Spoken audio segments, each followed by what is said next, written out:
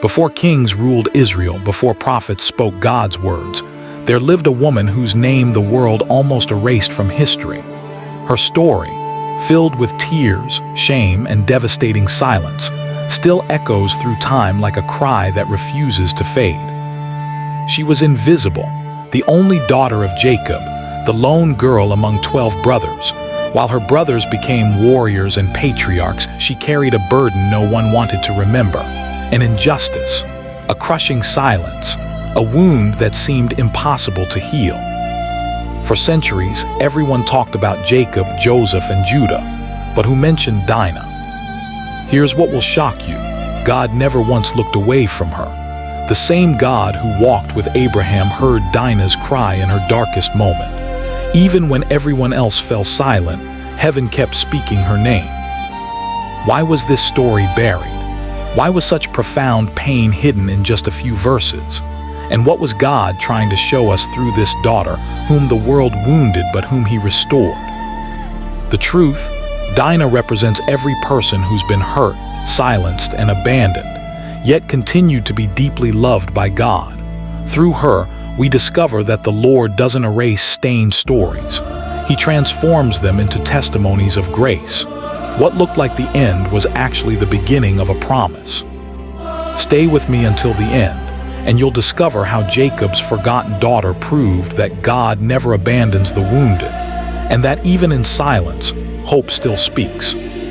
Before we continue, I need to ask for your help. Hit that subscribe button and smash the like.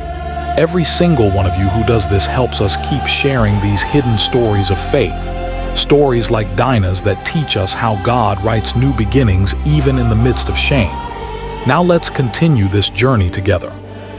The desert wind swept between Jacob's tents when a child was born. She was the 13th among the patriarch's children, but the first and only daughter. Her mother, Leah, exhausted from fighting for a love that never fully belonged to her, held her baby girl and cried, not from pain this time, but from relief. The sun rose over the fields of Paddan Aram, the bleating of sheep mixed with the soft cries of the newborn. Jacob approached quietly, his voice weary. "What name shall we give her?" Leah looked at him tenderly. "Dinah." Jacob frowned. "Why that name?"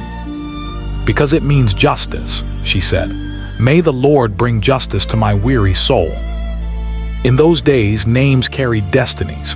Each of Jacob's sons bore a story born from their mother's pain. Reuben, "The Lord has seen my affliction."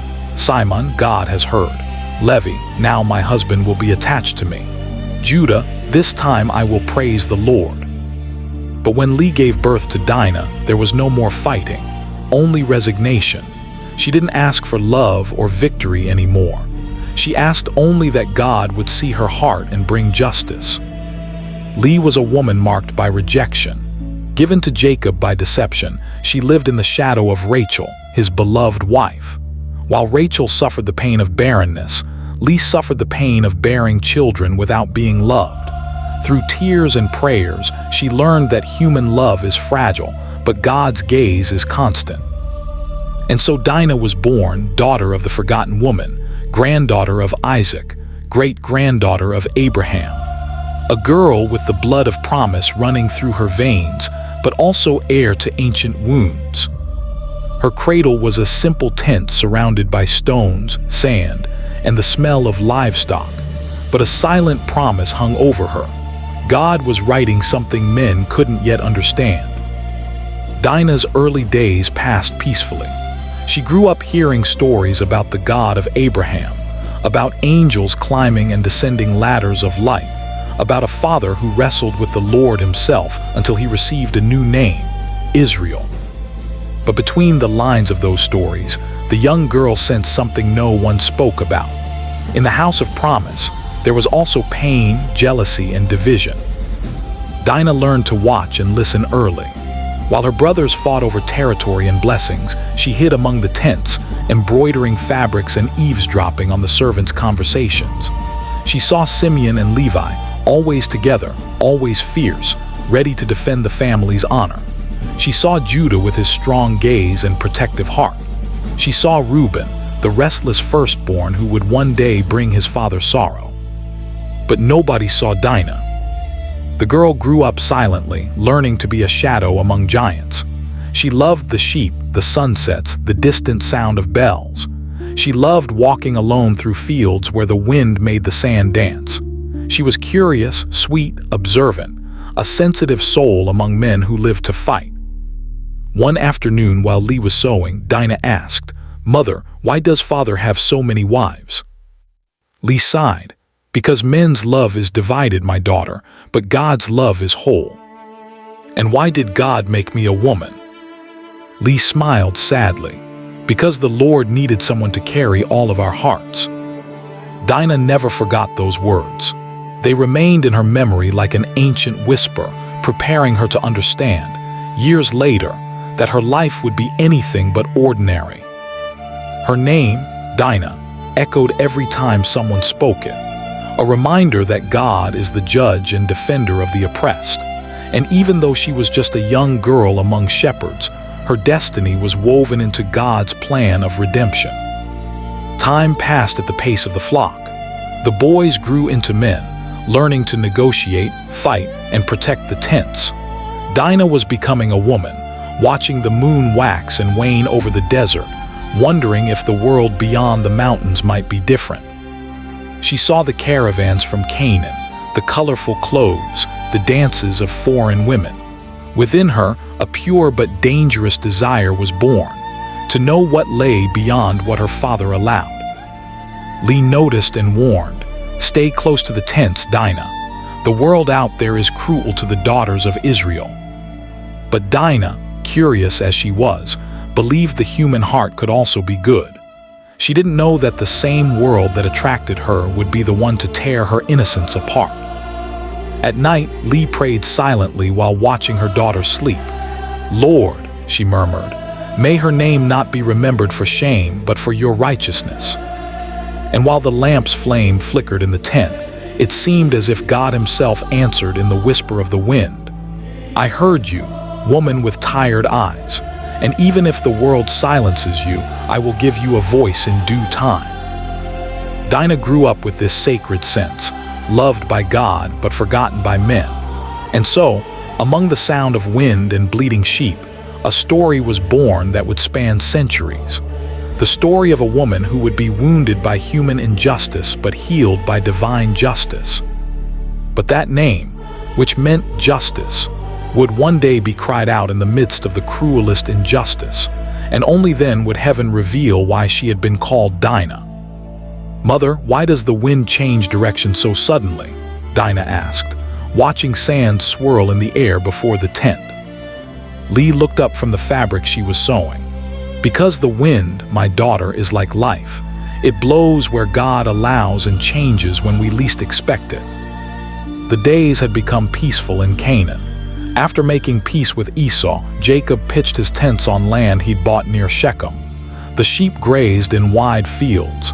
The servants worked joyfully, and it seemed that at last the house of Israel could breathe easy. But Dinah's heart still searched for something she couldn't name. Among the tents, the noise of her brothers was constant. Simeon and Levi argued about who would tend the farthest flocks. Reuben taught Joseph how to tie his sandals. Judah made even the most serious servants laugh.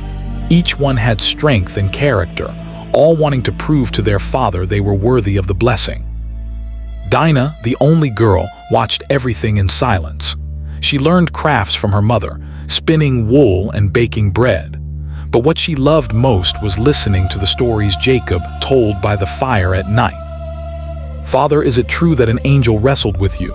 she asked once, eyes shining. Jacob smiled slightly, as if remembering an old pain. "It's true, daughter, and I left limping but blessed. Sometimes God touches us and leaves marks so we never forget he was there." These words stayed carved in Dinah's heart.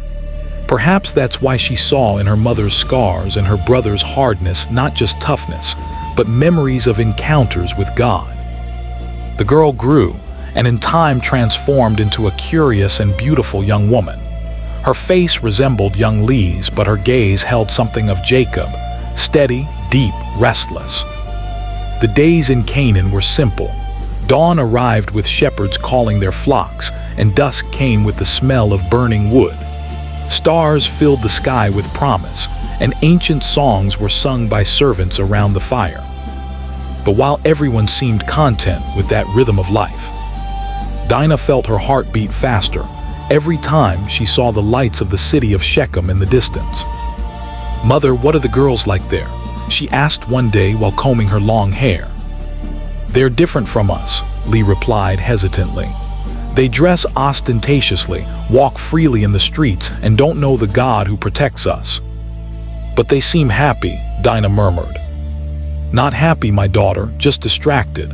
There's a difference," Lee replied, trying to hide her worry. Dinah didn't push, but her gaze remained fixed on the horizon. She wanted to see, to hear, to know. She wanted to talk to other women, to discover what lay beyond the tents and the stories that always ended at the same point. God is faithful, but the world is dangerous. One morning, as she went to fetch water, she met Judah returning from the field. "Sister, why do you always have that distant look in your eyes?" he asked, smiling. "Because I keep thinking about what it would be like to live in a place with different streets, houses, voices," she replied. Judah laughed shortly. "Cities are chaotic. It's safer here. Father says the daughters of Israel must be protected." "Guarded or imprisoned," Dinah murmured almost without realizing. Judah frowned. "Imprisoned. No one here is a prisoner, Dinah. The world out there isn't for us." She lowered her eyes, but her heart didn't obey. Weeks passed. Jacob's reconciliation with Esau brought peace, but also a certain emptiness. The patriarch spent more time in prayer. Lee managed the household. The older sons went on long shepherding trips. Dinah became increasingly alone. Sometimes she would talk to God in the early morning hours. "Lord, what do you want from me? Why do I feel this desire to see beyond here?" And the wind blew, carrying away her words and returning only the sound of silence. Her heart was torn between obedience and curiosity. She knew the world could be cruel, but the unknown called to her like the distant song of a flute. One night she heard Canaanite women laughing in the distance. "Mother, listen," she said excitedly. "They're singing." Lee looked out of the tent, worried. "They are daughters of the earth. Stay inside, Dinah." "I just want to listen for a moment," she replied.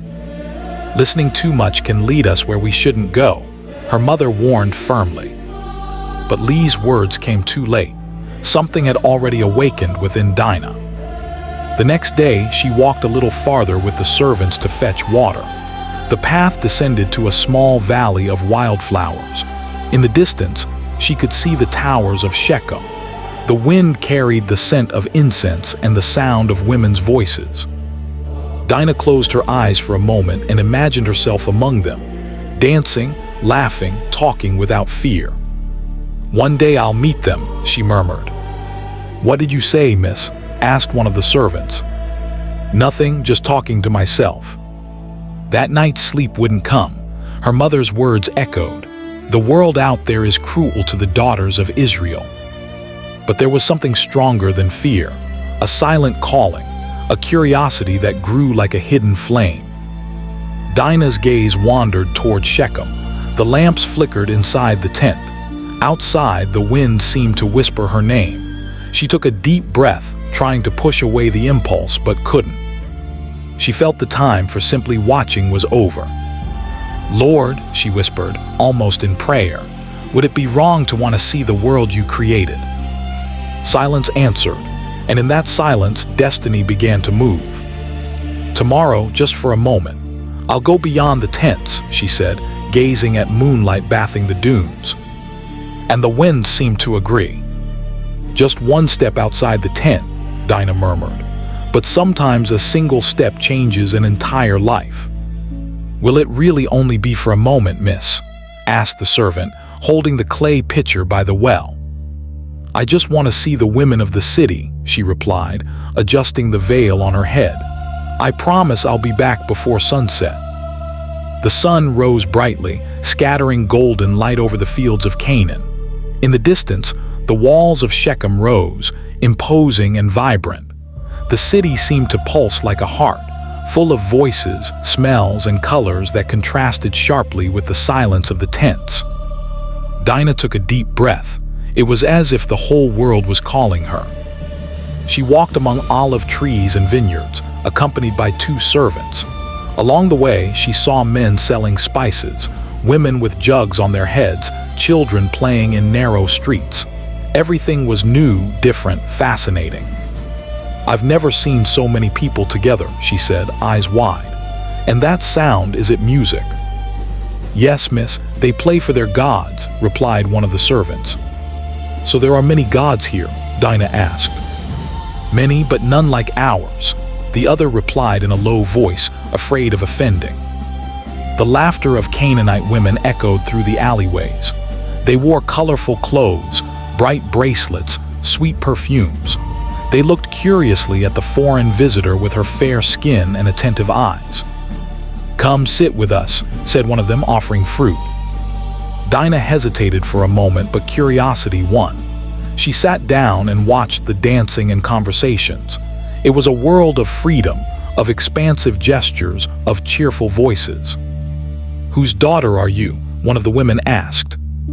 "I am the daughter of Jacob, a shepherd," Dinah replied with a slight smile. "From Israel, the one who bought land to the north." "We've heard of him," another exclaimed. "He's a blessed man." Dinah smiled, proud. For the first time she felt seen, not as a shadow but as someone important. While she was talking, she didn't notice someone watching her from a distance. From the palace balcony, Prince Shechem, son of Hamor, gazed curiously at this young woman unlike any other. Her simple clothing contrasted with the natural elegance of her gestures. The way she moved, the way she looked, the way she smiled, everything about her stirred something within him he couldn't name. "Who is that woman?" the prince asked a servant. "It is Dinah, daughter of Jacob, the foreigner who lives in the surrounding fields," the man replied. "Jacob's daughter," the prince repeated thoughtfully. "Bring me more information about her." Meanwhile, Dinah remained among the women, laughing and learning foreign songs. They talked about the moon, weddings, perfumes, and fabrics. "Do you always live in tents?" one asked. "Yes, it's our custom," Dinah replied. "We live here inside the walls. We're safe. You should come more often," said another, smiling. Dinah felt a slight warmth on her face. That freedom was enchanting. There, no one called her to come inside. No one reminded her of the world's dangers. The hours passed quickly. When she realized it, the sun was already beginning to set. She jumped up in a hurry. "I need to go. My mother will be worried." "Come back tomorrow," the women called. "We'll show you the market." Dinah nodded and left with the servants, but Prince Shechem did not take his eyes off her. Returning to the palace, he could still feel his heart racing. "Father," he said, entering the hall, "today I saw a woman unlike any other." "A woman?" the king smiled. "I've seen many charm you, son." "Not like her. She has something pure. She's the daughter of Jacob, the foreigner. I want to meet her."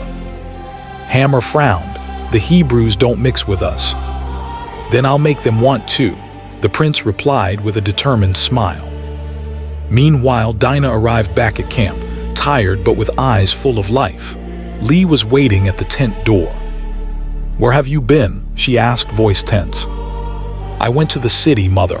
I met kind women, different from us but good." "Dinah," Lee exclaimed, hand to her chest. "You shouldn't have gone." "Nothing happened, mother," she tried to smile. "I just wanted to see what was beyond the desert." "The problem isn't what you saw, my daughter. It's who might have seen you." Lee hugged her tightly. "The daughters of Israel must be protected." Dinah didn't answer. She remained silent, gazing at the horizon. Deep in her heart, something new had awakened, a feeling that mixed enchantment with confusion.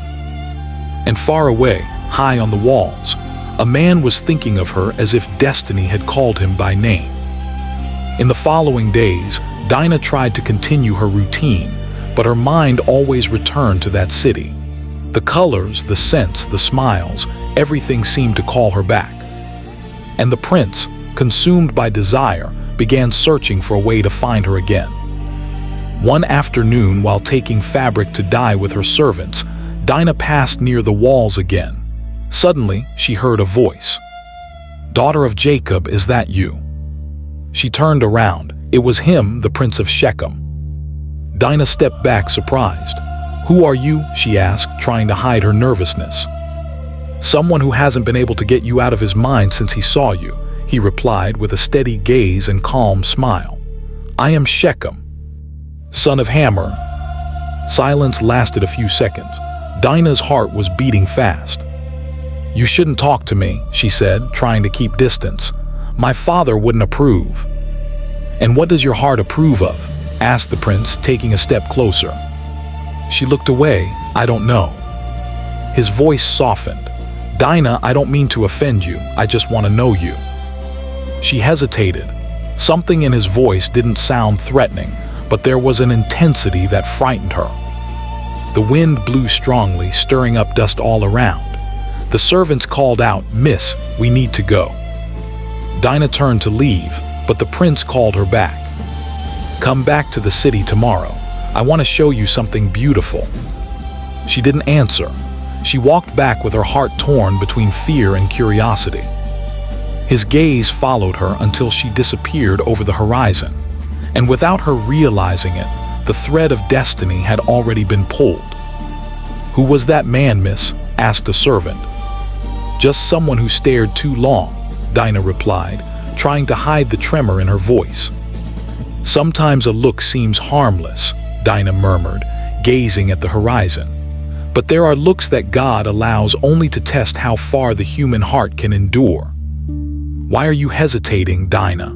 asked one of the servants, holding the linen cloth that covered the young woman's head. "You said he only wanted to show you the flowers in the garden." "I know, but something feels uneasy," she replied, looking toward the gates of Shechem. "You promised it would be quick." The sun was already setting over the fields. The horizon was tinged with red, and the distant sound of flutes mingled with the bleating of flocks. The air smelled of incense and dust. Dinah took a deep breath. The city seemed calm, but something weighed heavily on her, as if the wind itself wanted to hold her back. Shechem stood by the wall, wearing a light-colored tunic, his eyes determined. "I thought you weren't coming," he said, smiling.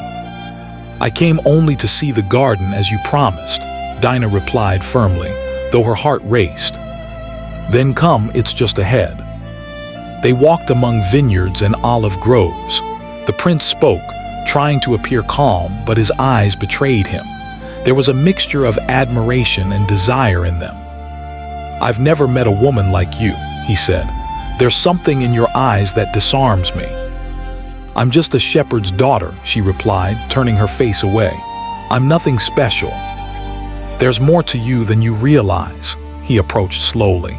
"Your God must be generous to have created you this way." Dinah stepped back. "Shechem, don't say that. Let's go back, it's getting dark." "Wait, please, just a moment longer," he insisted, touching her hand. That touch made time stand still. Dinah felt her heart pounding in her chest like a drum. She wanted to pull her hand away, but he wouldn't let go. "I've loved you ever since I saw you," said Shechem, voice trembling. "I don't want to lose you." "Love, you barely know me," she replied, trying to free herself. "Let me go." But Shechem's impulse was stronger than his reason. Desire blinded the prince. The gesture that began as affection turned to violence. Dinah's scream cut through the air and was lost in the field. The servants, who were far away, didn't hear. The wind stopped. Not even the shepherds realized what was happening under the cover of twilight. The moon rose slowly, illuminating the earth like a silent witness. And silence fell, heavy, immense, sacred, and terrifying. When it was all over, the prince was breathing heavily, confused. Dinah wept silently, her face turned to the ground. "Forgive me," he stammered. "I didn't mean to hurt you. I love you. I swear I will love you and make you my wife." But no words could erase what had been done. She stood up slowly, her veil torn, her eyes unfocused. "You stole from me what you couldn't give me," she said, voice breaking. "You don't know what you've done." Shechem fell to his knees. "I beg you, don't hate me. I'll talk to my father. I'll do the right thing," he pleaded, trying to touch her feet. "Don't touch me," she replied, stepping back. "What God heard tonight, no one can hide." Dinah returned to the camp, walking as if carrying an invisible cross. The stars seemed to watch her with compassion. Each step hurt and tears dried before they fell. She didn't know if she was crying from fear, shame, or disbelief. She just kept walking, searching for the path to the tents. Halfway there, one of the servants found her and ran toward her. "Madam, where have you been?" "Let's go home," Dinah replied without looking. The servant noticed the blood on her hands and turned pale. "What happened?" "Nothing that men understand," she replied. "Just silence." When they arrived, Lee was asleep. Dinah entered the tent quietly. She washed her face, but the water in the basin seemed to burn. She lay down, exhausted. In the darkness, she prayed silently. "Lord, are you there? Why didn't you listen to me?" And the sky remained silent. But that silence wasn't absence, it was mystery. While Dinah tried to sleep, Shechem wandered around the palace. He paced back and forth, tormented. "What have I done?" he said to himself. "I love her. I'll do whatever it takes to have her with me, even if her father hates me, even if I have to kneel before him." The obsession grew. Guilt mingled with desire, and the prince's heart closed itself off to true repentance. In the fields, the moon descended upon Canaan, illuminating the path that connected Jacob's tents to the walls of Shechem. Dinah looked at the sky one last time. Nothing. No sound, no response. Only the wind passing through the stones and the murmur of sleeping animals. "Why, Lord," she whispered, "why did you allow this?" And the wind seemed to answer with an almost human whisper. "For what is born in silence will be heard by a whole nation." The young woman closed her eyes, too tired to understand. The next day, the sun would rise over the same desert, but the world would no longer be the same. The blood spilled that night would stain generations, and the echo of that cry would resound through centuries until God himself transformed it into redemption. Dinah's pain would be hidden, her name forgotten by many, but heaven does not forget. Night fell silent and God watched. "Lord," Dinah murmured, voice choked with emotion, "if you remain silent tonight, then one day let that silence speak for me." "Mother," Dinah's voice barely came out, broken, almost a whisper, "I need to talk to you." Lee, still sleepy, got up from the mat. "Daughter, what happened? Why that look?" she asked, noticing the trembling in the girl's hands. Dinah took a deep breath. The words seemed trapped inside her. "I went to the city." Lee's face paled. "To the city alone?" "No, with the servants, but something happened." Lee approached, touching her daughter's face. "Speak, Dinah, what happened?" Tears streamed down her face silently. Dinah lowered her eyes and, between sobs, told her everything. The air inside the tent grew heavy. The world seemed to stop. Lee stood motionless, her lips trembling. "No, it can't be," she murmured, putting her hands to her head. "Why, Lord, why my daughter?" Outside, the wind picked up, shaking the tent curtains. Dinah snuggled into her mother's arms. "I didn't scream, Mother. I tried, but nobody heard." "Be quiet, my love," Lee hugged her tightly. "God heard you. Yes, he always hears you, even when we are silent." Jacob entered soon after, his face showing the weariness of the day. "Lee, what's going on?" The wife hesitated.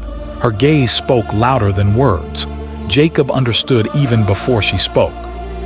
The patriarch stood there motionless, his staff firmly in his hand, his eyes lost in space. "Who did this?" he asked, voice low.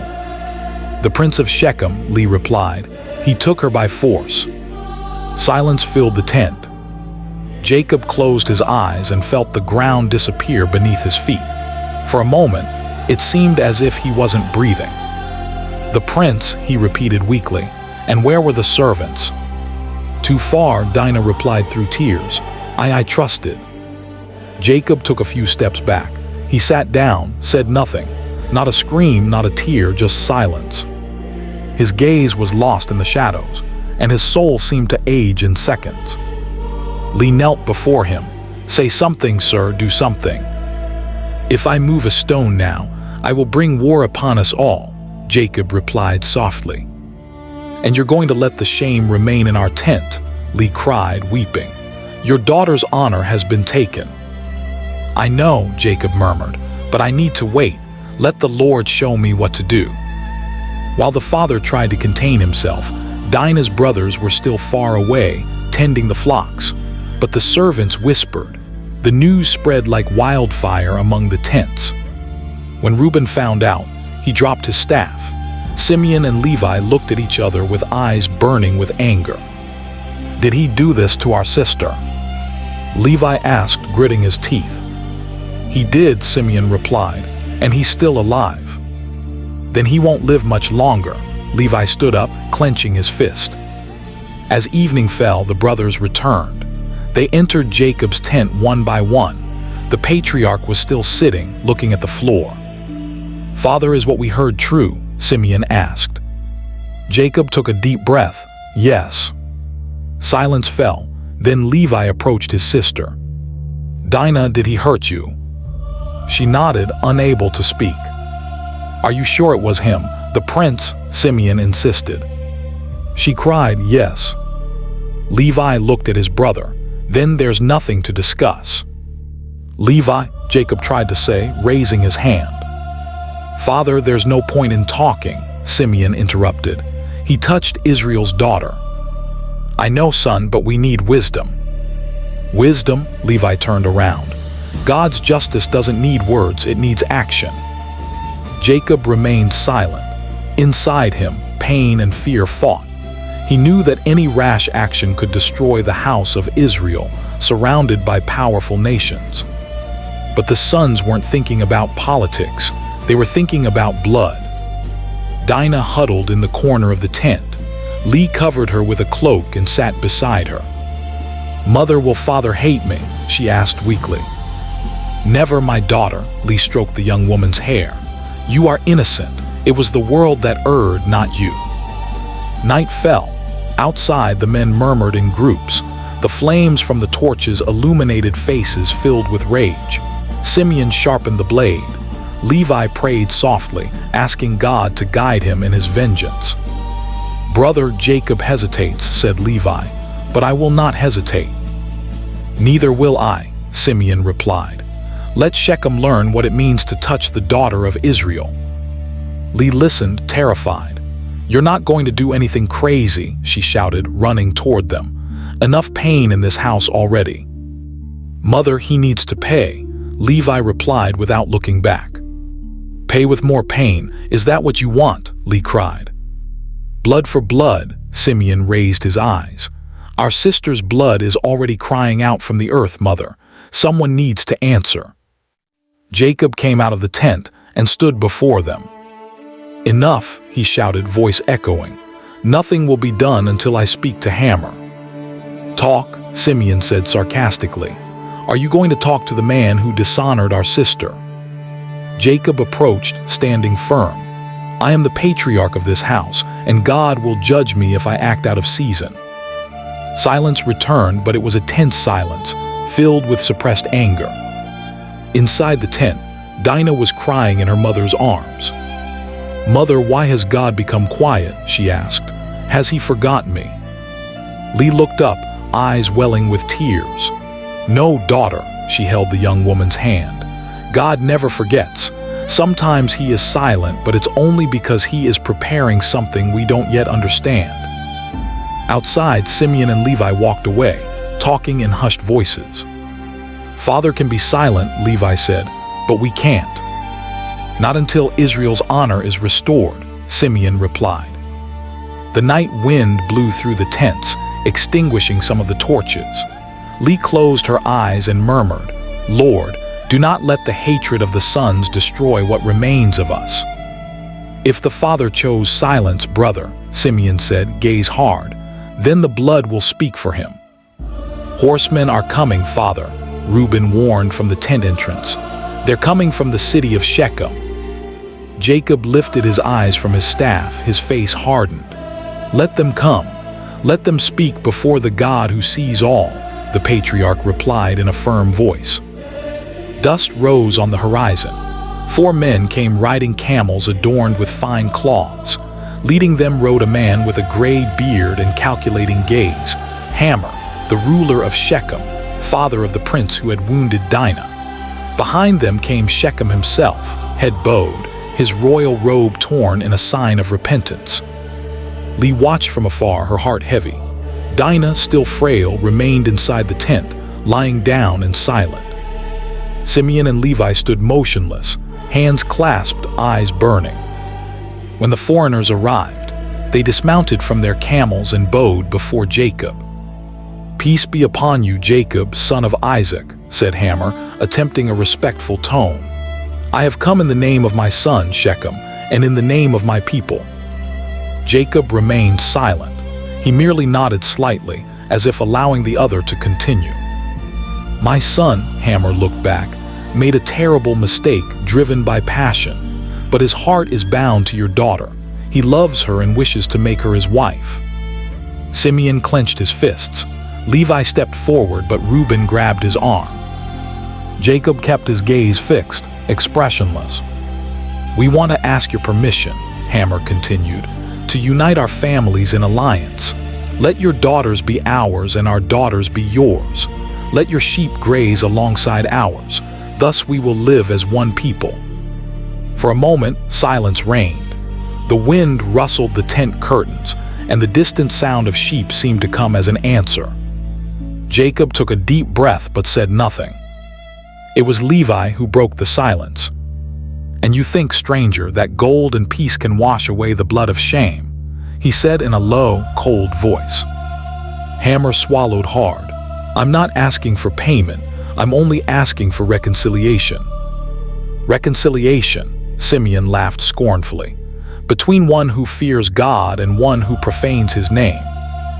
Jacob raised his hand, asking for silence. You've said what you had to say, Hammer. Let me listen to my heart as well before I answer. Shechem then stepped closer, removed his cloak, and knelt before the patriarch.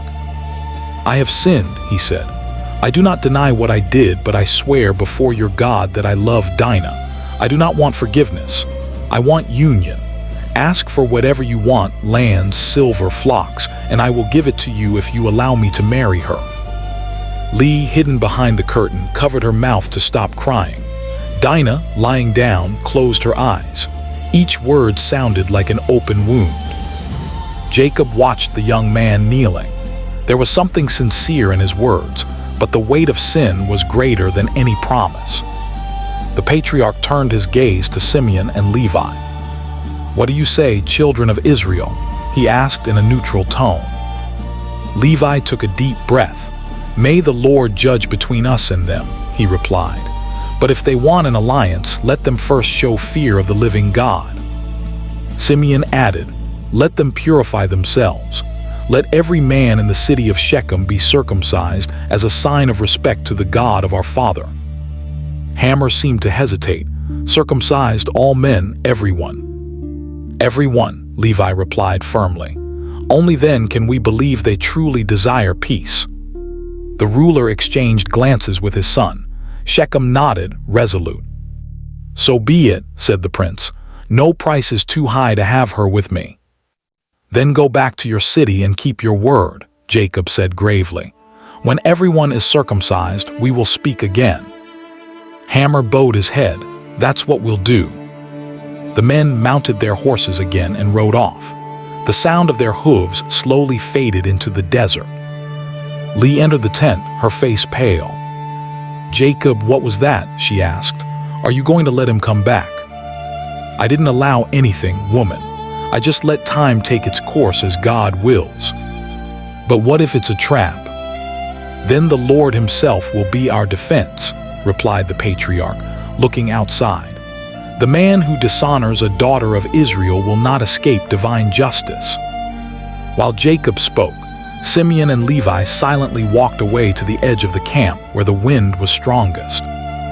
They accepted, Levi said with a half smile. Yes, Simeon replied, they will go and be circumcised. Levi nodded, then we'll wait 3 days. 3 days, and the blood will speak for us. Brother, Simeon said, gaze fixed. Father may think this is faith, but what is to come is not faith. It is justice. Justice or revenge? Levi asked. When it comes to our sister, it's the same thing. Inside, Dinah heard distant voices and closed her eyes. She didn't know what her brothers were planning, but their tone frightened her. Lee knelt beside her daughter and hugged her. Everything will be all right, my love.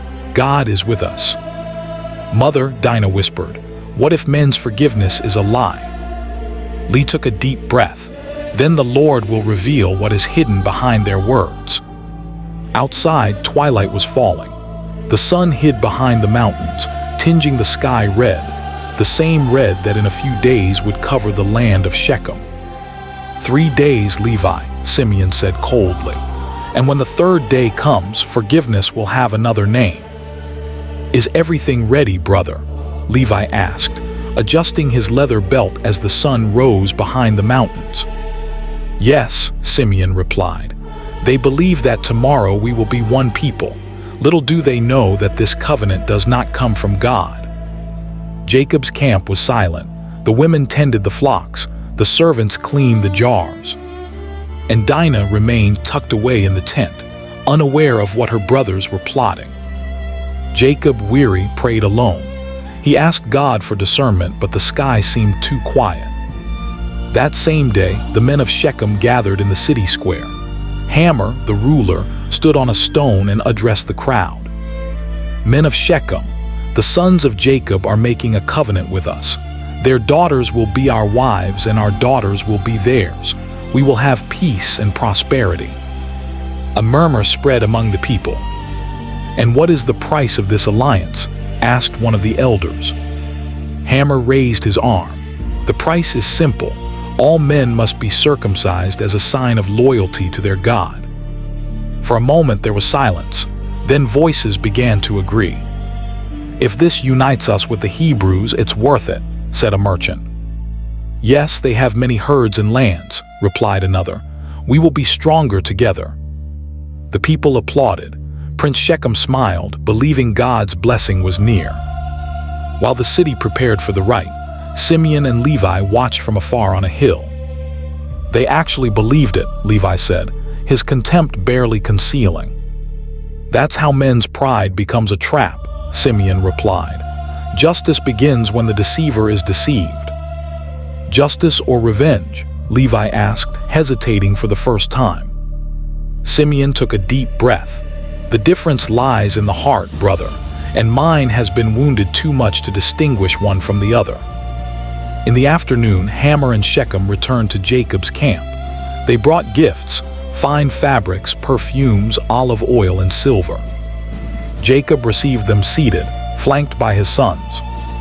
We have brought what we promised, said Hammer. Our men are ready for the signal from your God. Jacob observed the faces of Simeon and Levi. They maintained steady gazes, disguising the fire of their anger with a semblance of false peace. If you do as we say, Levi replied, we will be brothers before the Lord. So be it, said Hammer. May this alliance bring peace forever. Shechem approached Jacob and spoke with emotion. I love Dinah, and I swear to treat her with honor. May this pact erase my mistake. Jacob stared at him for a moment. May God see your heart, young man, he replied, because men sometimes only see the surface. The foreigners withdrew, feeling confident. Levi waited until the camels disappeared over the horizon. Now the plan begins, he said, looking at Simeon. 3 days, brother, he replied. 3 days and our sister's silence will have a voice. Inside the tent, Dinah heard voices in the distance and closed her eyes. Lee noticed the fear on her daughter's face. What's wrong, my girl? "I don't know, Mother, but I feel like something terrible is about to happen." "God will not allow it," Lee replied, trying to believe what she was saying. "Trust him, he sees everything." In the city, the men prepared for the ritual.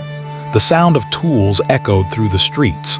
Shechem watched everything with pride, certain he was building a future. At that very moment, Simeon was sharpening his sword in the shadow of a stone. Each movement was cold, precise, silent. Levi approached. "Have you really decided to do this?" "I decided the moment I saw Dinah come back with her face covered in shame." He looked up. "That image won't leave me alone. What if Father finds out? Then I will say that it was God's will." The sun set, tinging the sky red. The wind carried the distant scent of the city. Simeon stood up and wiped the blade with a piece of linen. "Father thinks we're waiting for a voice from heaven," he said, "but heaven has already spoken within me." Levi looked at him in silence. He knew nothing would stop his brother anymore. "What if Dinah finds out?" he finally asked. Simeon replied, gaze fixed on the horizon. "She doesn't need to know now. Let her cries be heard first by the blood of the guilty." While his sons plotted, Jacob prayed alone before the makeshift altar. "Lord, guide my steps," he said. "Do not let hatred destroy what you have promised." But the Lord remained silent, observing the divided heart of a father and the growing fury of his children. On the third day, when the men of Shechem were weakened by the pain of circumcision, the guards slept, and the streets were quiet. The wind blew gently, as if announcing a false peace. Simeon stood up, put his sword at his waist, and looked at Levi. "Are you ready?" "I always have been," replied the brother, gaze cold. "May the Lord do what he sees fit." Night fell over the camp. Dinah dreamed restlessly, and Lee prayed in tears. In the darkness, two shadows emerged silently, disappearing among the hills toward the city that trusted them. "3 days of sorrow, brother," Simeon said somberly. "And tomorrow, when the sun rises over Shechem, peace will have another name."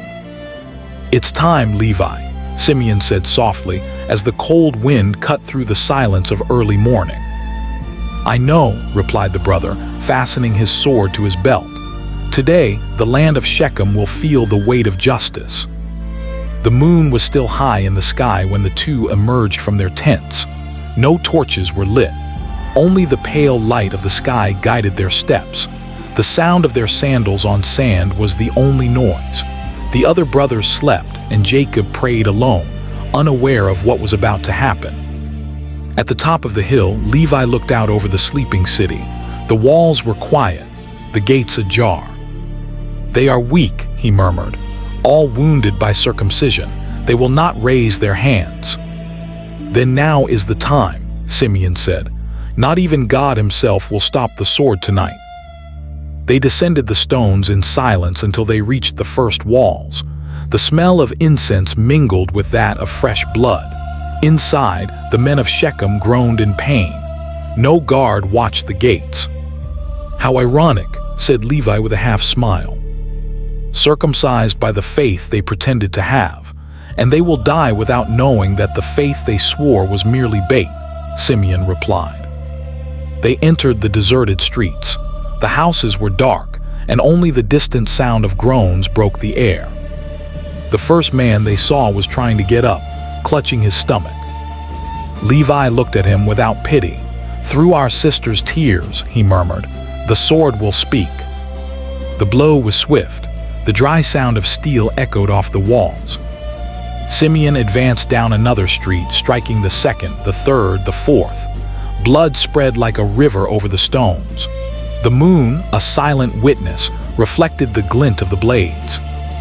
Women were screaming, children were running. Simeon did not back down, neither did Levi. They entered houses, breaking down doors, burning cloaks, tearing curtains. The smell of smoke and blood rose to the sky.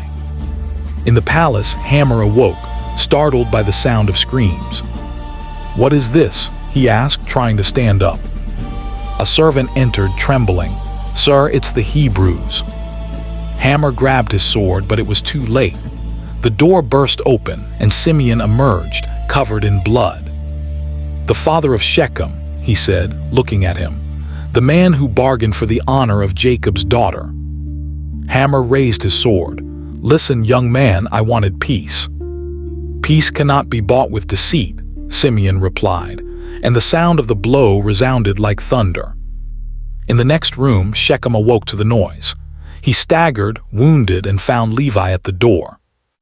"What are you doing here?" asked the prince, confused. "I thought you came to seal the pact." Levi looked him in the eyes.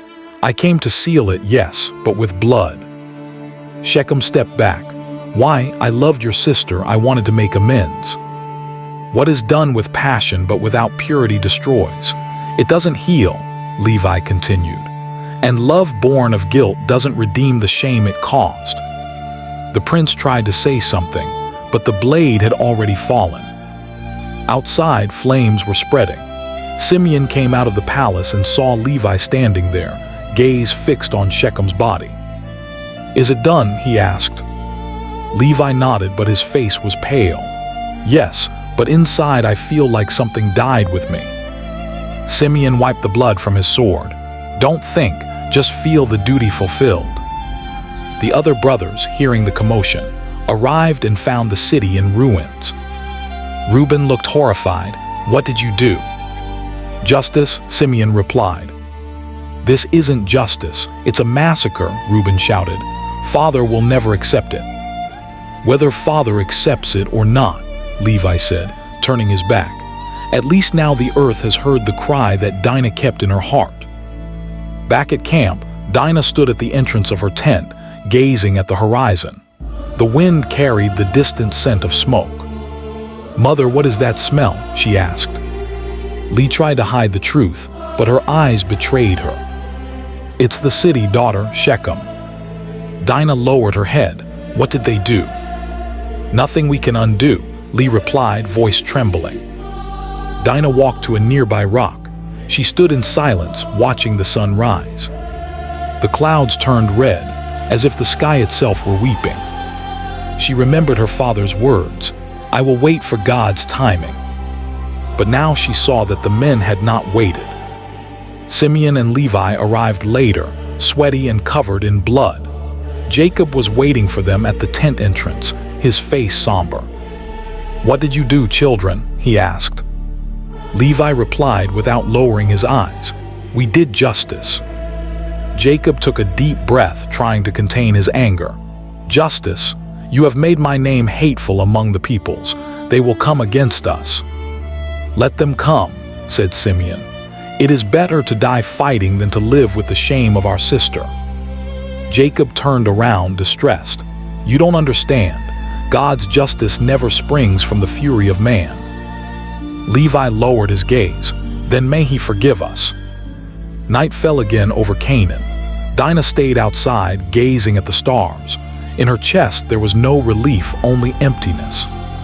The blood of their enemies had not washed away the pain. It had only transformed it into another kind of silence.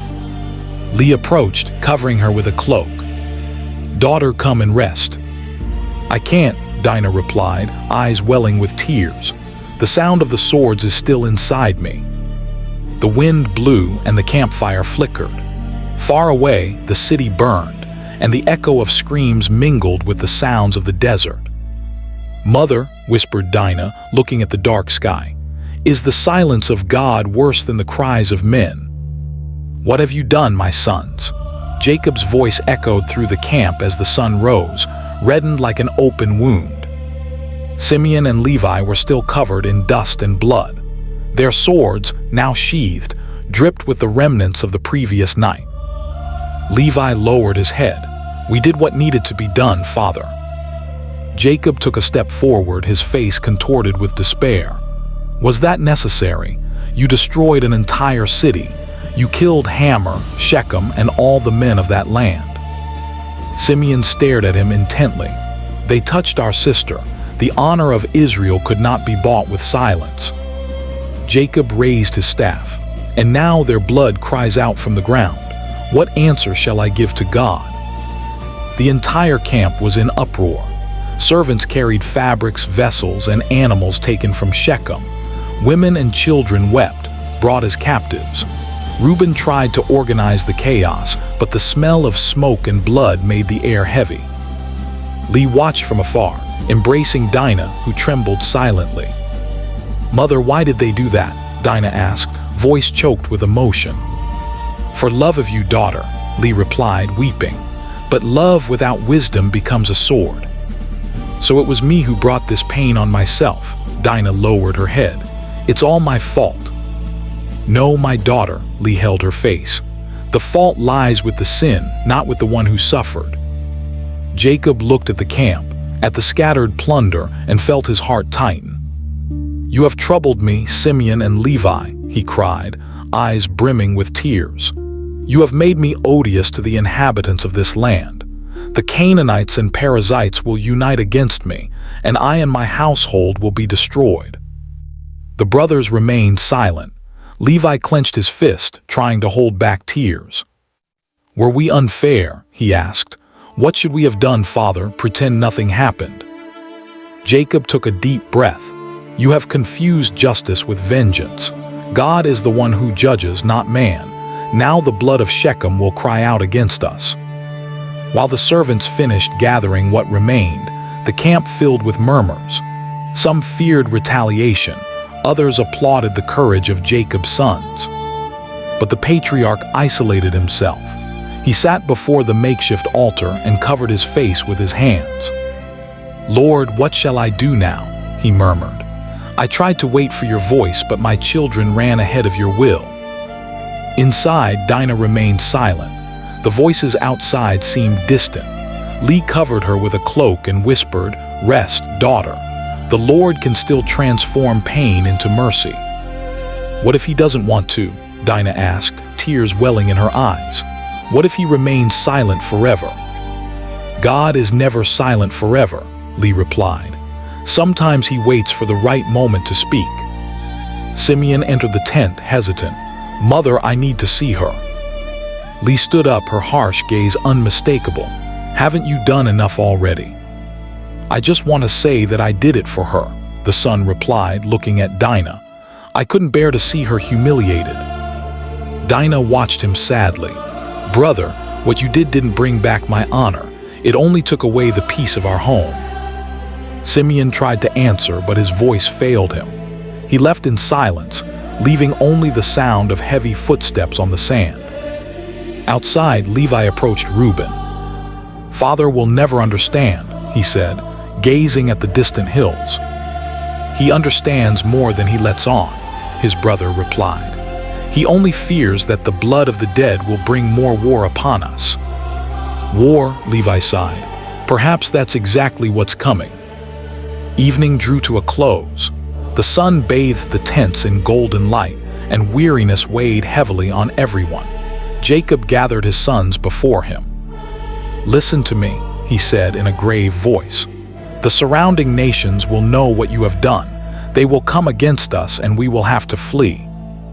Judah tried to speak. "Father, we can fight if necessary." "No, Judah," Jacob replied.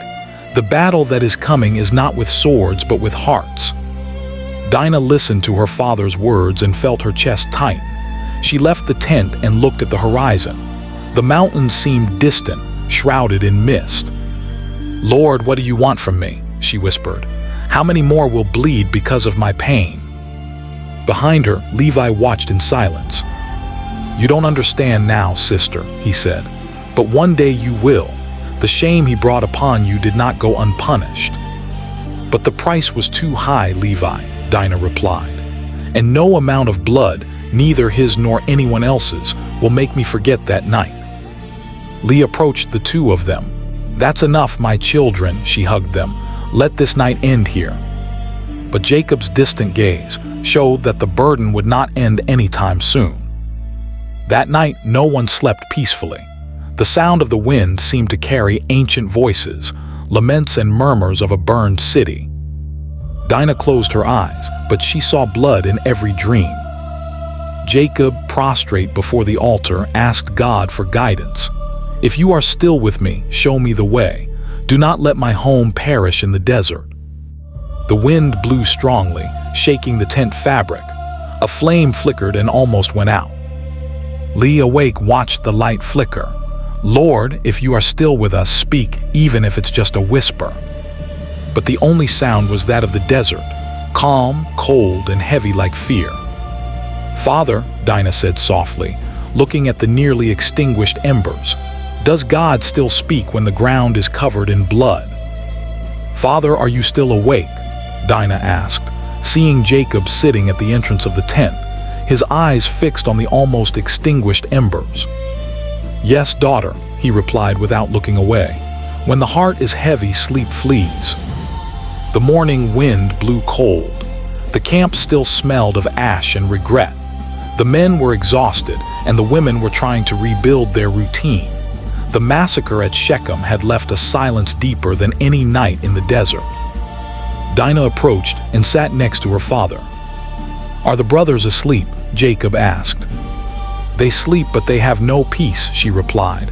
"No one does." Jacob nodded slowly. Guilt is a burden that a man cannot bear without falling to his knees. For a moment they were silent. The crackling of the fire was the only sound.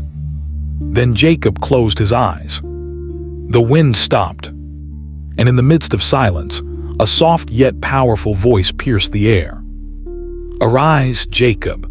Go up to Bethel and build an altar there to the God who appeared to you when you were fleeing from your brother, Esau." Jacob shuddered. His face lit up as if waking from a deep sleep. "Father," Dinah asked, startled, "what happened?" He looked up, eyes welling with tears. "God spoke to me." His voice trembled. "He hasn't abandoned us yet." Lee, awakened by the noise, left the tent. "Jacob, what happened?" "The Lord commanded me to go up to Bethel," he replied. "We must build an altar there and purify this house." Lee held his hand, crying with relief. "So he still speaks to us?" "Yes," said Jacob, "and now we need to listen to him." At dawn, the patriarch gathered the whole family in front of the main tent. The sun rose behind the hills, and a gentle breeze drifted through the camp. "Listen to me, my sons," Jacob began, voice firm. "The Lord has called me. He says we must go up to Bethel." Reuben stepped forward. "Bethel, the place where the Lord appeared to you, father." "Yes," Jacob replied. "That place where I dreamed of angels ascending and descending a ladder of light. Now he wants us to return." Simeon lowered his head. "And what should we do?" "Purify yourselves," Jacob said. "Put away the foreign gods that are among you.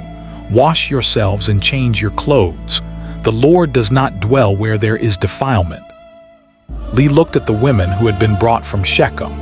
They exchanged embarrassed glances and began to remove amulets, clay idols, and necklaces with Canaanite symbols. Levi watched in silence. Jacob approached him. "Son, it's time to clean the hands that held the sword." Levi swallowed hard. "I did it for Dinah." "I know," the father replied, "but now for God's sake do it." One by one, they all brought pagan objects and placed them before Jacob. The patriarch dug a hole under a large tree and buried them. "Let everything that has separated us from the Lord remain here," he said, "and let only what is pure go up to Bethel." Dinah watched from afar, her heart heavy. She saw in her father's gestures a hope she hadn't felt in a long time. That purification also seemed to wash away the weight in her chest. Levi approached her, holding a pitcher. "Here, sister," he said in a gentle voice, "wash your face." She accepted, plunged her hands into the water, and let it run down her face. "Perhaps this is the first time the water hasn't burned," she murmured. Levi smiled for the first time since the massacre. As evening fell, a feeling of lightness filled the camp. The campfires burned brighter. Jacob, kneeling before a stone, prayed, "Lord, thank you for still looking at me. I was weak. I let fear and hatred rule this house, but your calling is stronger than guilt. Guide us and do not let the blood of the past erase your purpose." Lee approached, kneeling beside him. "Jacob, I haven't seen you talk to God like this in a long time." "It's just that I had forgotten what it's like to hear his voice," the patriarch replied, moved. "Now I remember that there is no healing without an altar." The hours passed. Dinah sat alone facing the field, gazing at the stars. Lee approached and sat beside her. "Daughter, your father believes this new path will bring peace. And you, mother, do you believe it?" Lee took a deep breath. "I believe that God can transform even what has been desecrated. Only He can give a new name to what the world has called shame." The wind blew strongly, carrying the distant sound of sheep. Jacob stood up and called out in a loud voice, "Get ready. Tomorrow we're leaving for Bethel." Levi and Simeon looked at each other. "Bethel," said Simeon. "Perhaps that's where our father will find what we've lost.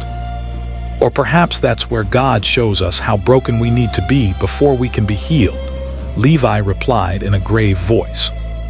That night the camp slept in silence, but in the heavens the Lord was preparing a new beginning. The path to restoration would no longer pass through swords or tears, but through an altar of faith. "Father," Dinah said, gazing at the brilliance of the stars, "will God also hear the silence of a daughter in Bethel?" "When will we leave, Father?" asked Reuben, holding his staff. "Today," Jacob replied, gaze determined. "The Lord has commanded it, and we cannot delay." The sun was still rising when the camp began to stir. The women gathered fabrics. The men rounded up the flocks. The children watched the activity with curiosity. But before continuing his journey, Jacob stood before them all and raised his voice. "Listen, before we go up to Bethel, we must purify ourselves. No idols, no objects from the land of Shechem should remain with us." The people looked at each other in silence. "Bring me everything that belongs to the strange gods," he continued. "Bracelets, necklaces, statues, amulets, everything must be handed over." The women began to come one by one, dropping before him small clay idols, rings with symbols, carved stones. Even some servants, ashamed, brought talismans they had hidden. Lee walked over to her husband and placed an old necklace she had brought from her days in Paddan Aram on the cloth. "It's part of the past," she said, lowering her eyes, "and the past needs to be left in the dust." Jacob nodded. God wants a pure people, not adorned with memories that offend him. Finally, Dinah approached. She carried in her hands a small piece of fabric embroidered with gold thread. Inside it, she kept a bracelet that the women of Shechem had given her on the day she went to the city. She stood still for a moment, looking at the object. "It's just a memory," she said quietly. Lee placed her hand on her shoulder. "Daughter, even memories need to be washed away when they bring pain." Dinah took a deep breath and let the cloth fall at her father's feet. Jacob gathered all the belongings and dug a hole under a large tree near the camp. There he buried everything, covering it with earth and stones. "May this place be a testament to the fact that we have chosen the true God," he declared. Then he ordered everyone to wash their clothes and bathe in the river that ran to the north. The people obeyed. Men and women entered the cold water, washing their bodies and souls. Dinah was the last to approach. She stood by the river, watching the flickering reflection of her own image. For a moment, she seemed to see not only her face, but everything she had lost. Levi, who was nearby, hesitated when he saw her standing there. "Sister, aren't you coming in?" "I'm afraid, Levi," she replied. "Afraid that the water will show me what I don't want to see." "Then let it carry what you can no longer bear," said the brother, extending his hand. "The Lord commanded us to purify ourselves, and this also applies to you." She looked him in the eyes and took a step forward. The water touched her feet, cold but calm. Dinah slowly submerged herself, and tears mingled with the current. Lee watched from the bank, praying silently. When the daughter emerged, she was breathing with difficulty, like someone being reborn. "Mother," Dinah whispered, "I thought God wouldn't hear me anymore." "He never stopped listening to you, daughter," Lee replied, smiling through tears. "It was you who stayed silent for too long." Dinah looked up at the sky. For the first time since the tragedy, she prayed in a low voice. "Lord, I do not ask for revenge. I only want peace. May your name erase my fear. May your love wash away what the world has stained." The wind blew across the river. The sun reflected on the water as if God himself were answering. Levi and Simeon watched from a distance. "She looks like a different woman," one of them murmured. "No," Levi replied. "It's the same, only now her burden is light." When everyone had finished, Jacob called his family together and said, "Now we can move forward. No harm will befall us as long as we are guided by the one who called us." The people began to walk, leaving behind the place where the idols slept underground. Dinah looked back one last time. "I'm never going back to Shechem," she murmured. "I left everything I was there."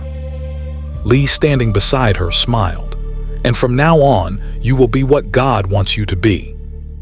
As they climbed the path that led to Bethel, the air seemed different. The weight of guilt gave way to a new, almost divine lightness. The children were laughing again. The men were talking about hope, and even the sheep seemed to be walking more calmly. Jacob, walking ahead, lifted his eyes to heaven. "The Lord is merciful," he said, moved. "Evil tried to erase your name from my house, but you yourself cleansed it." As night fell, they stopped to rest. The fire was lit, and the sound of water still flowed in the distance. Dinah lay down and looked at the stars. Her body felt light, her soul cleansed. For the first time, she wasn't crying from pain, but from relief. Levi, who was guarding the camp, approached and asked, "Are you feeling better, sister?" "Yes," she replied, smiling.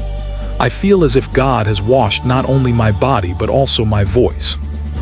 "Dinah," Levi said, gazing at the glow of the flames, "could it be that God's silence has always been his way of teaching you to speak again?" "Can you feel the wind?" Dinah asked, looking at the mountains ahead. "It's different, it feels cleaner." "It's the air of Bethel," replied her brother. "The same place where Father saw God face to face years ago." The group moved slowly along the dusty path.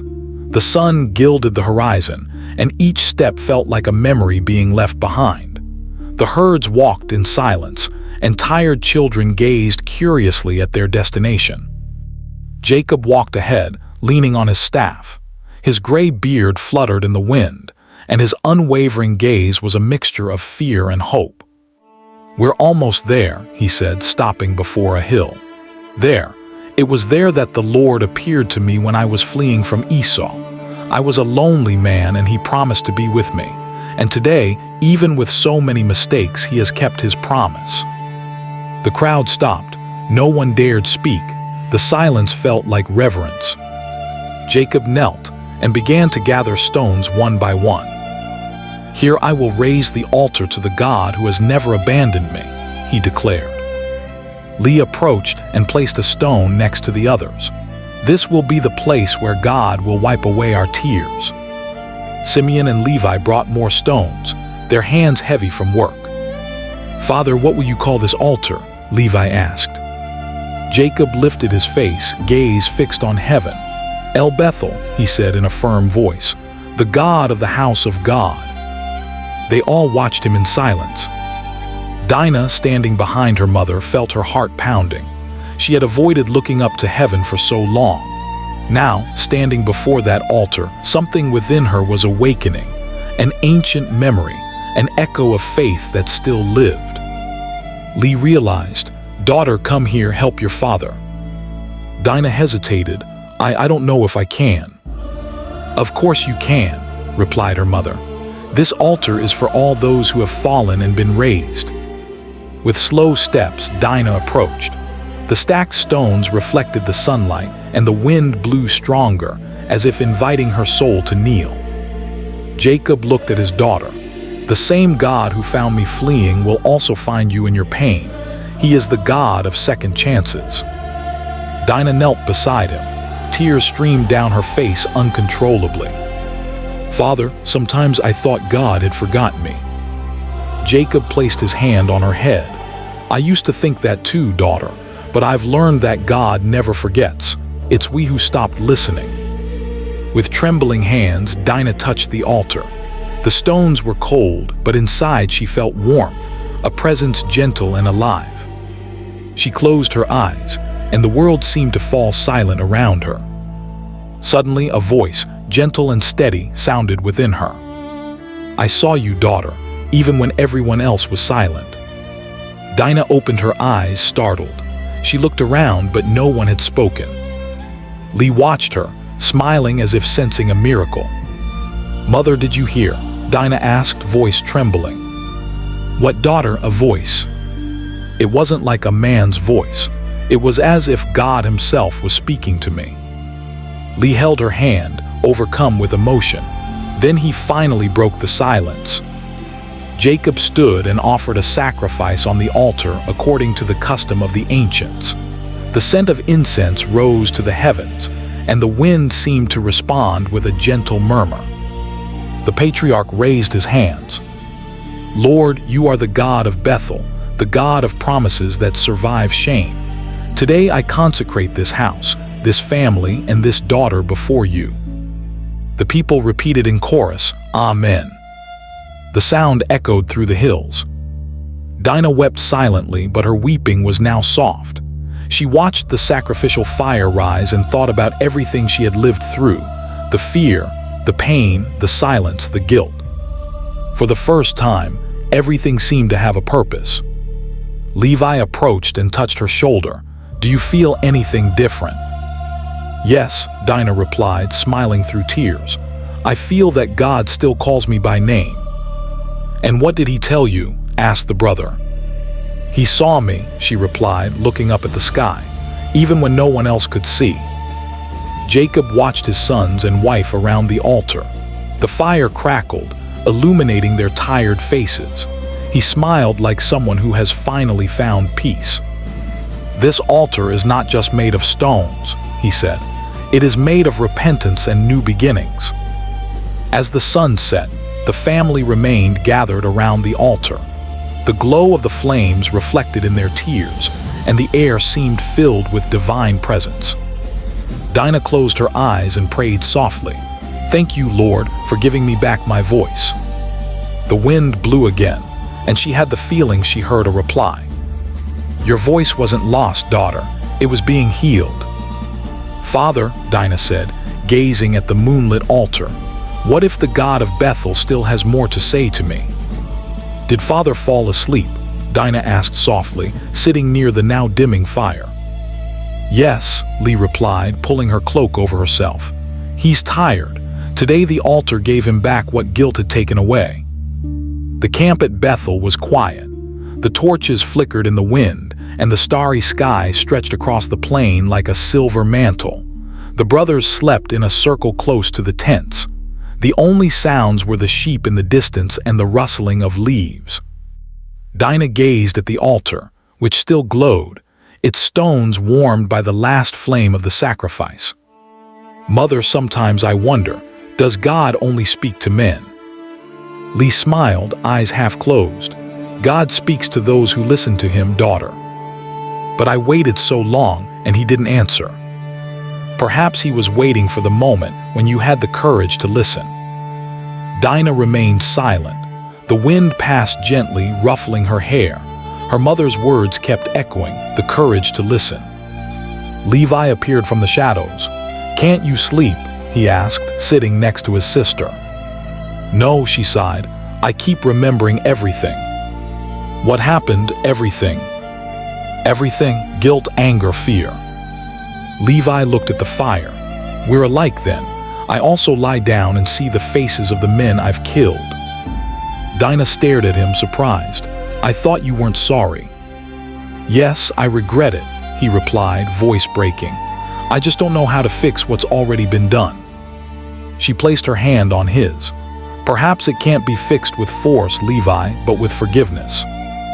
And who will forgive me? He asked. Father, the people, God. Dinah looked up at the sky. Forgiveness begins within.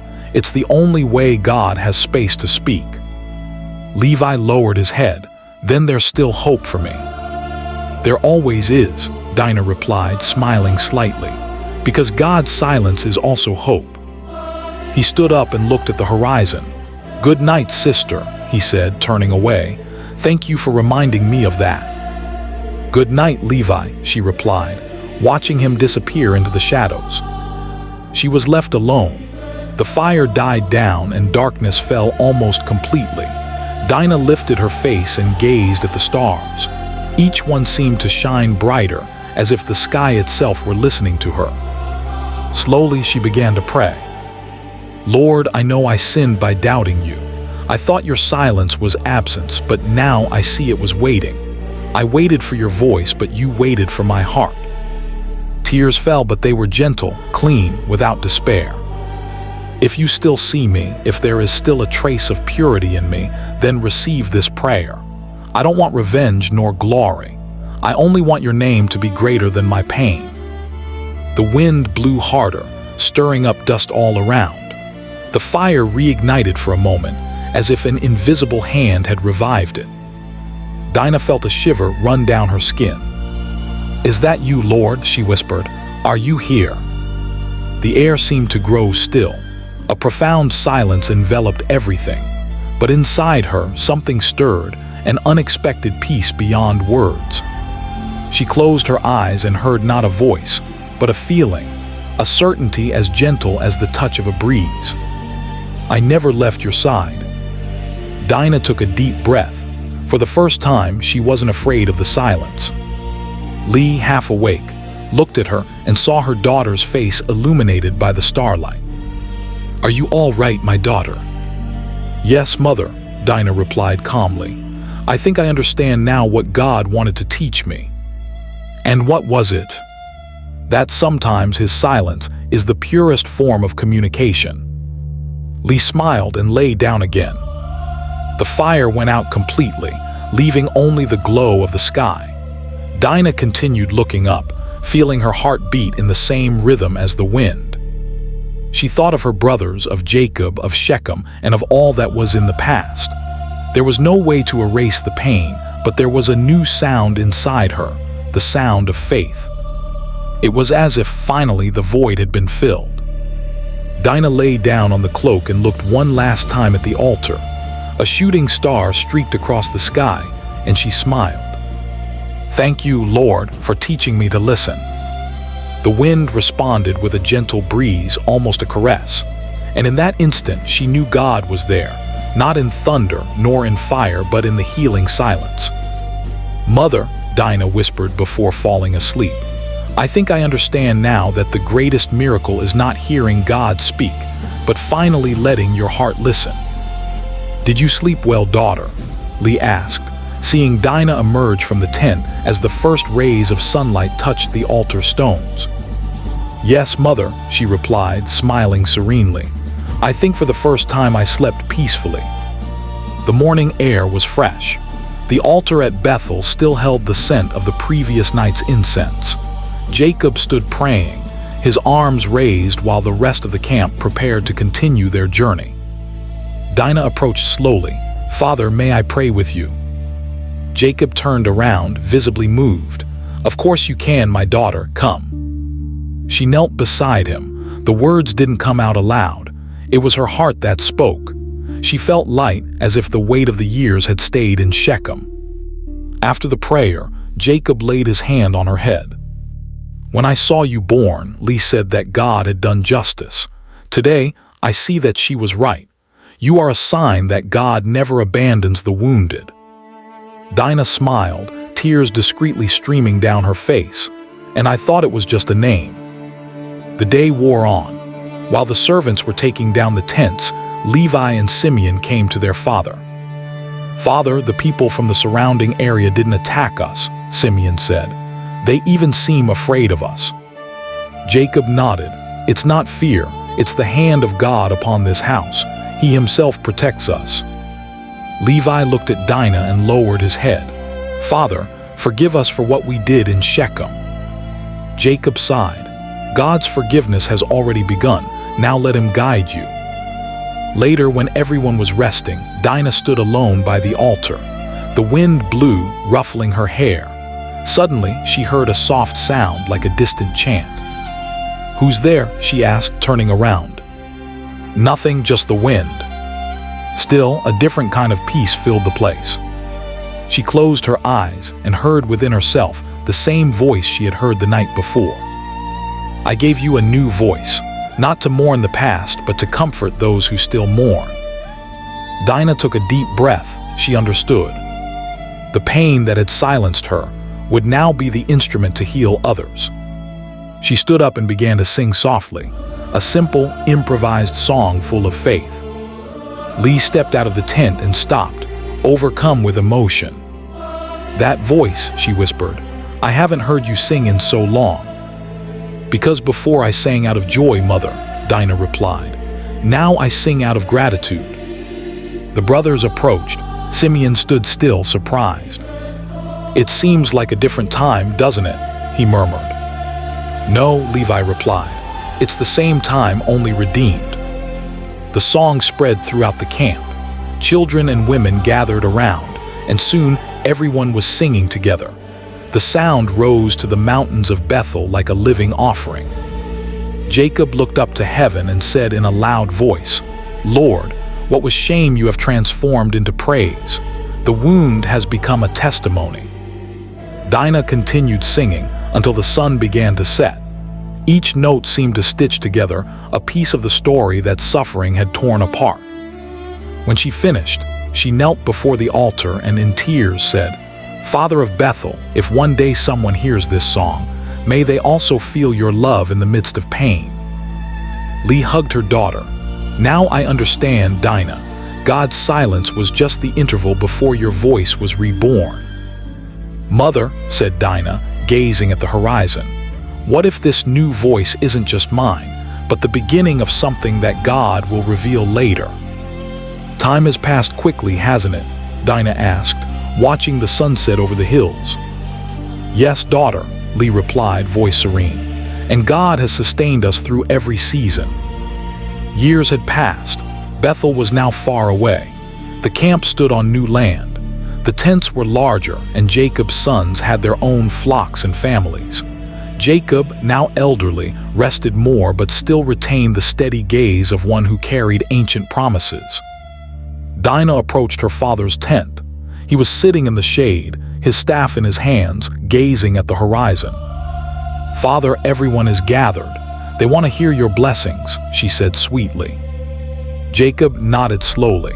The time has come for each one to receive what they have sown.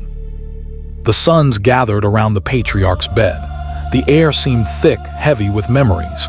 Jacob began to speak, his voice trembling but strong. "Reuben, my firstborn." One by one, he pronounced words that revealed memories and warnings. When he arrived at Simeon and Levi, silence fell. Jacob closed his eyes for a moment, and his voice became deep. "Simeon and Levi are brothers. Their weapons are instruments of violence. Let my soul not enter into their counsel. Cursed be their anger, for it was cruel, and their fury, for it was harsh. I will divide them in Israel." Simeon lowered his head. Levi remained motionless. The weight of those words pierced the air like a distant echo from the destroyed city of Shechem. But Jacob continued, looking at Dinah, who was standing quietly in the background. "And yet, even violence bows before grace, because the pain of a daughter has become a memory and a warning for all children." Dinah felt her heart clench. Memories came in waves. The tent of shame, the silence, the blood, the altar of Bethel, the song of forgiveness. Everything now seemed distant yet vivid. Jacob called to her with a trembling hand, "Come, Dinah." She approached and knelt. "Daughter, you were wounded but not broken. The world tried to silence you, but God made you a voice among those who suffer." She held his hands, tears slowly streaming down her face. "Father, I don't want painful memories. I want our home to remember the God who healed." "And so it will be," Jacob replied. "For your righteousness was not achieved by the sword, but by the life that continued." The brothers looked at her with respect. Levi, moved, approached. "Sister, I was wrong trying to defend you. Today I understand that God's justice is different from that of men." "Yes," Dinah replied. "His justice does not destroy, it restores." Jacob rested his body on the bed. His voice was now a whisper. "In Bethel, the Lord showed me that the past may bleed, but it doesn't have to kill. Dinah, your story will be remembered not as a shame, but as a testimony." She rested her face against her father's hand. "Thank you for believing that God could still speak to me." "He always speaks, daughter. He just waits for the heart to want to listen." The sun was setting. A golden glow streamed through the tent and illuminated Dinah's face. Lee watched silently, tears of gratitude welling in her eyes. "God has protected you, my daughter," she said, "and through you, He has protected us all." "He kept it, mother," Dinah replied, smiling, "because only He can transform wounds into faith." Outside, the herds lowed and children ran. Life went on. What had been tragedy was now a distant memory. Dinah looked at the sky, tinged with red, and felt a profound peace. Everything that was lost became a lesson. What was silence became song, and what was pain became voice. Jacob breathed deeply at peace. "The God of Bethel is faithful," he murmured. "He keeps His promises even in ruins." Dinah nodded, holding his hand. "The Lord has healed what the world destroyed, Father, and that is the justice that remains." The wind blew through the tent, extinguishing the last flame of the lamp. Dinah closed her eyes, letting the gentle breeze touch her face. She felt the same presence as years ago in Bethel, the God who does not forget, who transforms and renews. "Father," Dinah whispered, looking at the darkening sky, "now I understand. Living was the judgment and forgiveness was my justice." Time has passed, but Dinah's story lives on. Not only in the scriptures, but in the hearts of all who have ever been hurt, silenced, or forgotten. Dinah represents every soul whose voice has ever been silenced by pain, every person who tried to scream and nobody heard, every woman who cried in secret, every man who carried shame without being guilty. But God saw her. The same God who saw Hagar in the desert, the same one who listened to Hannah's cry in silence, the same one who bends down to the brokenhearted. He didn't erase Dinah's pain, He transformed it. He didn't give her back what she had lost, but gave her something greater, a new beginning. In Bethel, where Jacob encountered God years before, Dinah met healing. It wasn't a healing of the body, but of the soul. Because the body can be touched by injustice, but the soul is only touched by God. And it was there, at that altar of stones, that heaven answered the silence of the forgotten daughter. "I saw you, even when the world silenced you." Dinah's pain is the voice of all who suffer, but her faith is a reminder that no suffering is invisible to the eyes of God. He transforms humiliation into hope, silence into witness, wounds into a source of compassion. Many look at history and remember only the violence of Simeon and Levi, but the real miracle is not in the sword, it's in survival.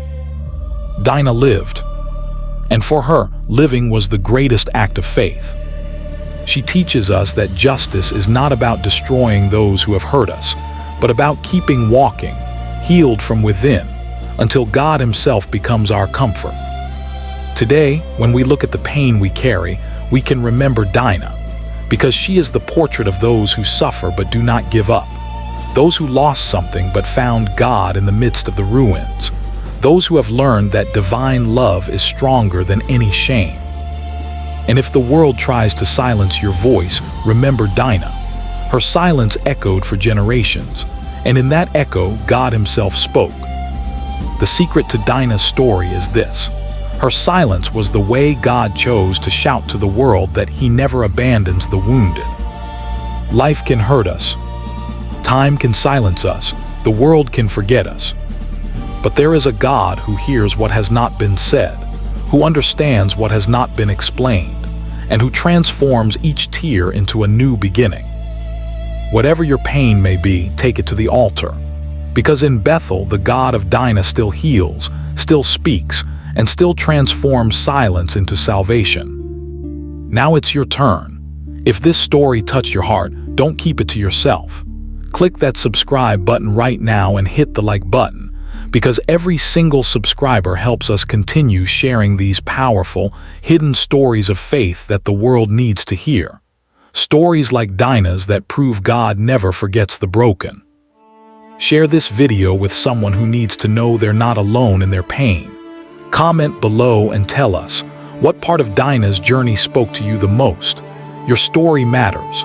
Your voice matters. And just like Dinah, God is ready to turn your silence into a testimony. Don't forget, other incredible biblical stories of faith, survival, and redemption are waiting for you right now. Check out the videos appearing on your screen. Click on them and dive deeper into these life-changing journeys. Remember, you are seen, you are heard, you are loved by the God who never abandons the wounded. Subscribe now and let's walk this journey of faith together. May God be with you always.